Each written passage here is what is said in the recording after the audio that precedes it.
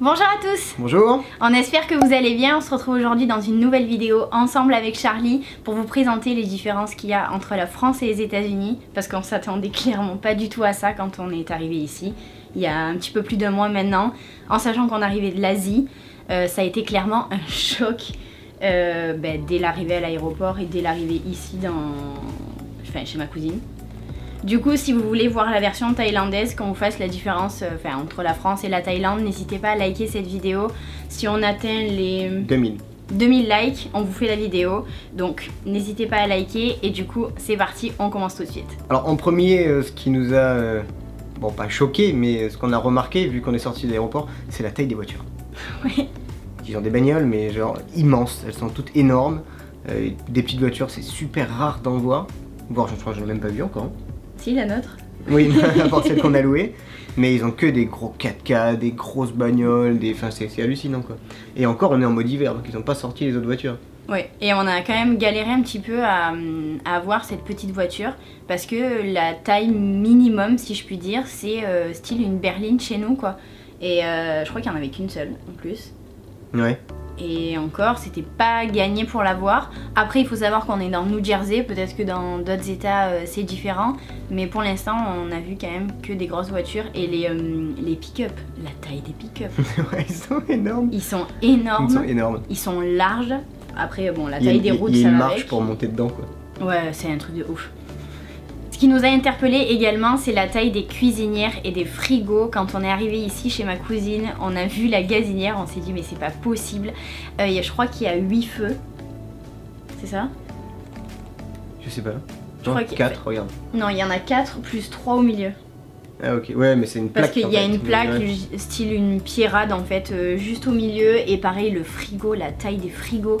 On est allé chez Ikea une fois, on n'a pas du tout vu des tailles comme chez nous. Je pense que ça n'existe pas. Ah non. Même les, Après frigo ça va, parce que le frigo américain, il y en a qui en ont chez nous quand même. Oui, mais... C'est rare mais on sait ce que c'est. Mais gazinière comme ça, je savais pas quoi. Mais même c'est super cher. Ouais. Chez nous c'est quand même un peu le nec plus ultra d'avoir le frigo américain et vous payez ça une blinde, alors que ici c'est la taille normale et vous le payez vraiment pas cher quoi. Et en parlant de frigo aussi, ce qu'on a halluciné, c'est la nourriture et la taille des packaging au niveau des magasins. On vous a fait une vidéo, on vous a emmené avec nous quand on a fait les courses, je vous la mettrai dans le petit juste ici ou juste là si vous l'avez pas vu, mais tout est gros, la plupart des packaging au niveau du lait, vous pouvez en trouver des petits, c'est quand même 2 litres minimum, et sinon c'est en gallons. Et il faut savoir que plus vous achetez gros, moins c'est cher. C'est à dire que je sais pas, vous allez prendre du lait, ça sera moins cher de prendre en gros qu'en petit, quitte à jeter, parce que les Américains consomment énormément et jettent beaucoup de nourriture. C'est un truc de ouf ça. On a vu sur Coca par exemple. Une grosse bouteille de Coca est moins chère qu'un pack de 6 petites. Et ça n'existe pas moins de 2 litres, je crois. Ou 1 litre. Non, c'était 2 litres. 2 litres. Ouais, ça n'existe pas moins en fait. Ça dépend des marques, mais ouais, en général, c'est du 2 litres quoi. Non, mais même la marque Shoprite, ça n'existait pas en plus petit quoi. Enfin, tout est démesuré, c'est au niveau de la nourriture et aussi le prix des légumes.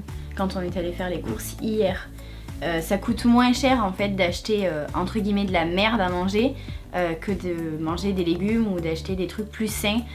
Faut savoir que hier on a dépensé 82 $ et on avait vraiment pas grand chose dans le caddie. Il n'y avait pas de trucs style produits ménagers qui peuvent coûter cher, dentifrice etc. Pas du tout. On avait que des légumes, on avait des donuts. Ouais. Parce que Charlie voulait des donuts. Et en gros, on a pris une barquette un petit peu comme ça de blueberry, donc des myrtilles. C'était presque 8 $. Et Charlie a pris un pack de 12 donuts, je crois. C'était 3 $. Et ça, c'est ça, comme ça, tout le temps en fait. Au niveau des courses, ça nous coûte super cher parce qu'on achète des légumes frais, que ce soit des conserves aussi, des légumes congelés. Ça coûte mais super cher quoi. Je trouve ça hallucinant de devoir payer plus cher pour manger bien quoi. Manger, facture téléphone, facture machin. Bah oui, ça, tout ouais, assurance par rapport voiture. Tout est beaucoup plus cher. J'ai demandé du coup à ma cousine combien elle payait en fait pour l'internet maison, les téléphones en illimité comme on peut avoir chez nous. Il faut savoir qu'elle a sa ligne, elle a la ligne de son mari, il y a les iPads, je crois qu'ils payent aussi pour les iPads, l'internet de la maison et le père d'Harmonie et la mère de Patrick, ils en ont presque pour 300 ou 400 $ par mois. En sachant qu'ils travaillent dans la compagnie la plus grosse de téléphone ici, donc du coup ils ont des réductions, ça c'est énorme quoi, c'est super cher. Ah ouais, ça c'est un truc de fou comme c'est cher. Tu vois pourquoi d'ailleurs comparé à chez nous c'est si différent que ça, pour faire la même chose. Je sais pas du tout, même pour les assurances, je sais que Patrick il paye presque 300 $ par mois, Harmonie presque pareil, enfin tout est vraiment très très cher. Après il faut savoir aussi que les salaires sont plus élevés, mais ils font des heures. Ça aussi, c'est une différence, c'est le nombre d'heures de travail.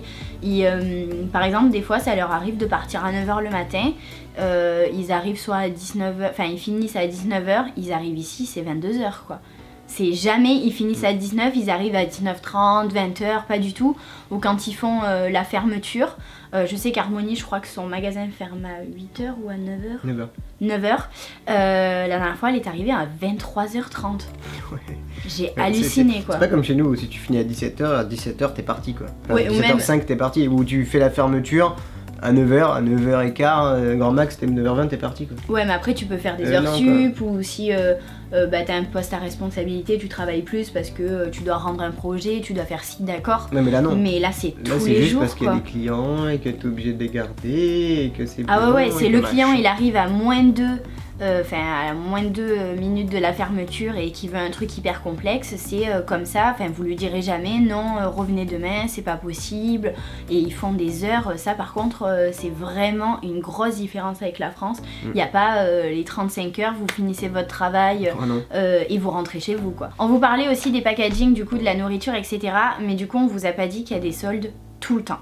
Oui. Mais tout le temps, c'est-à-dire qu'avant Noël il y a les soldes, après Noël il y a des soldes tout le temps qui vous incitent en fait à consommer tout le temps en permanence. Il faut savoir que les Américains consomment beaucoup à crédit.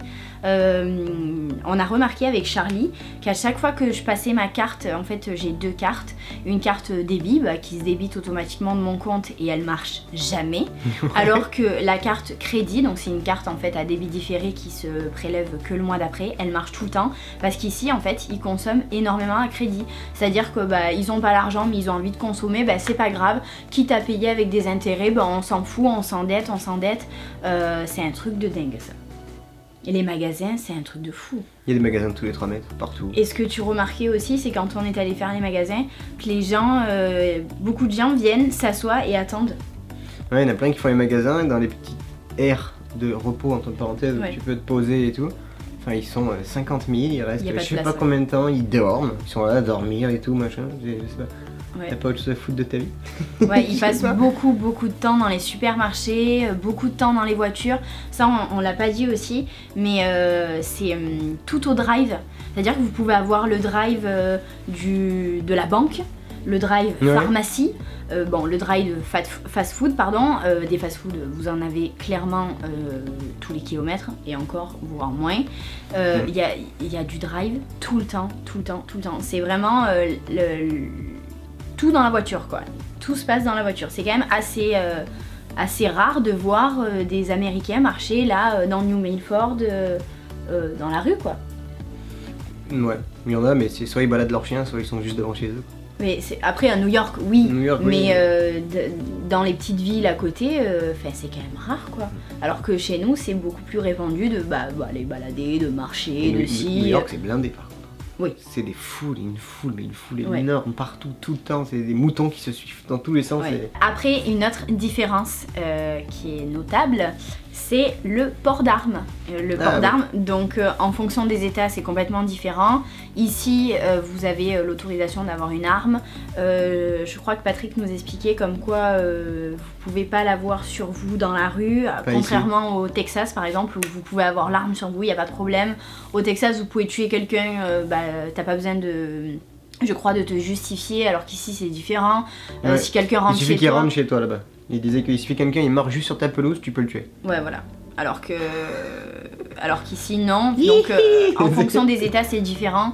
Mais voilà, les armes c'est quand même quelque chose qui est complètement différent de chez nous. Il y a... Mais il faut pas le prendre, il faut pas le voir de la manière de chez nous en mode oh, c'est dangereux, c'est machin. Ici c'est depuis... dans les mœurs comme on dit, c'est ça? Oui, c'est dans les mœurs. Dans les mœurs, ils ont ça depuis des années, c'est un sport, c'est une passion comme nous on irait au golf ou je sais pas quoi. Voilà, c'est vraiment... c'est un kiff pour eux quoi. Après moi j'aime pas forcément ça quand on voit des enfants, parce que quand on est allé tirer, il y avait un gamin, je sais pas, il devait avoir 10-12 ans, il était avec une mitraillette quoi. Ah bon? Oui, t'as pas vu complètement à gauche? Ah non. Enfin voilà, pour eux c'est tout à fait normal d'avoir une arme, d'en avoir beaucoup, ça coûte rien du tout. Je crois que pour un AK-47 c'est peut-être 200-300$. Je sais plus. Pas regarder le prix. Enfin, c'est vraiment rien du tout quoi. Vous achetez ça comme vous achetez c'est moins cher qu'un téléphone quoi. Ouais. Un flingue c'est moins cher qu'un iPhone. Pas tous hein, mais une bonne majorité ils sont moins chers que l'iPhone. Ouais. Autre différence également qu'il faut connaître, c'est l'alcool et les cigarettes, donc qui sont pas du tout accessibles en dessous de 21 ans. Et vous pouvez pas forcément les trouver partout dans les supermarchés. Ici, je parle dans New Jersey, il faut aller dans les liquors si vous voulez acheter de l'alcool. Et les cigarettes ou même des feuilles pour rouler des clopes, etc. On va vous demander la carte d'identité. Je crois que même pour les jeux à gratter, bon même si chez nous normalement vous n'êtes pas censé en acheter avant 18 ans, mais c'est quand même très facile d'acheter des clopes en dessous de 18 ans. Ici non, pas du tout, on va vous demander la carte d'identité à chaque fois. Et un autre truc, dernier truc vraiment notable, c'est le prix de l'essence. On a mis le plein... ça faisait... Non, c'était 20$ et ça faisait 17€ et des poussières. 20$, pardon, ouais. Donc ouais. Donc c'est vraiment... Après je sais pas combien on peut mettre dans la voiture. Je pense pas qu'on puisse mettre beaucoup. Je crois que j'avais fait la conversion, ça faisait l'équivalent de 600 ou 700 km. Donc ce qui est quand même énorme. Ça fait combien chez nous ça? Mais non, c'est en kilomètres là. Oui mais en kilomètres, 600 km tu payes combien chez nous à peu près? Moi dans ma voiture je pouvais faire 900 km. Bon c'était une vieille voiture qui consommait rien du tout, c'était un diesel, là c'est une voiture essence. Je mettais 40€. Donc moi 40€. Ouais, toi tu mettais 50€ et tu faisais pas 900 bornes. Non. Donc ouais, ça fait à peu près du 30-40€, je pense. Et là tu payes 17. 17€ et tu fais 600 km, c'est clairement pas du tout la même chose.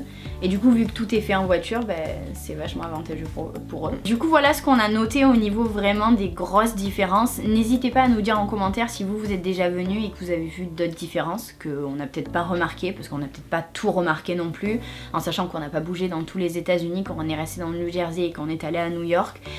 J'espère vraiment, on espère que cette vidéo vous aura plu. Je suis là aussi. N'hésitez pas, comme je vous ai dit, à mettre un like à la vidéo si vous voulez voir la version thaïlandaise et si vous voulez voir plus de vidéos avec Charlie. Et sur ce, on vous fait plein de gros bisous et on vous dit à bientôt. Moi je veux les commentaires pour savoir si vous me voulez un peu plus dans les vidéos.